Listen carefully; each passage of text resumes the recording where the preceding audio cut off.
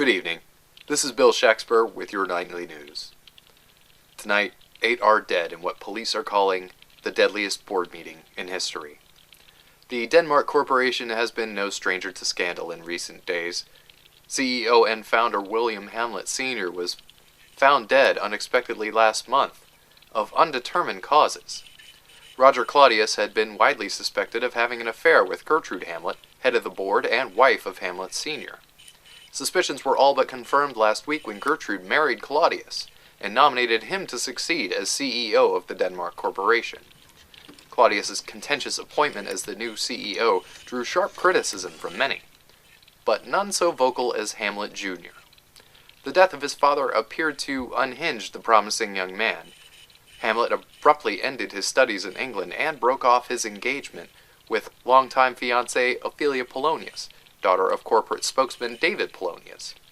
Hamlet then wrote and directed a short guerrilla-style film called The Conscience of the King, a venomous satire portraying the analog of Claudius as a murderous lecher.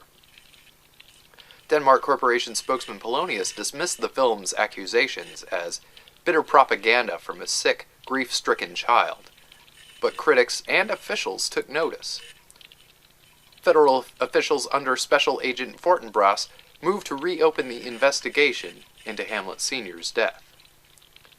Yesterday, an argument in a private meeting between Hamlet and Gertrude got so violent that Polonius charged the room to subdue Hamlet. Polonius was killed, a victim of what was called a psychotic reaction to Hamlet's paranoid delusion. Police ruled the death an accident and moved to commit Hamlet into psychiatric care. Laertes Polonius then vowed revenge and publicly challenged Hamlet to a duel.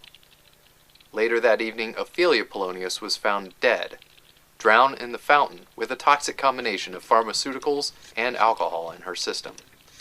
We now know that Claudius had employed assassins to attempt to kill Hamlet while being transported into psychiatric care. His attempt backfired in a case of mistaken identity, when junior executives Rosencrantz and Guildenstern were killed in the car that was supposed to have been driving Hamlet.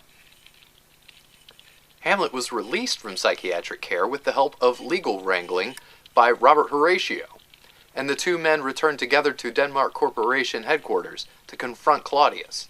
What followed was described by a deeply shaken Horatio as casual slaughter. When Hamlet arrived, a savage fight immediately broke out between Hamlet and Laertes. Claudius took advantage of the chaos and quickly moved to poison Hamlet.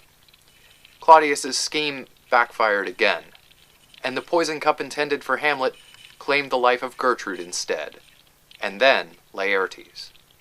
An already mortally wounded Hamlet then attacked Claudius, and both men died in the struggle.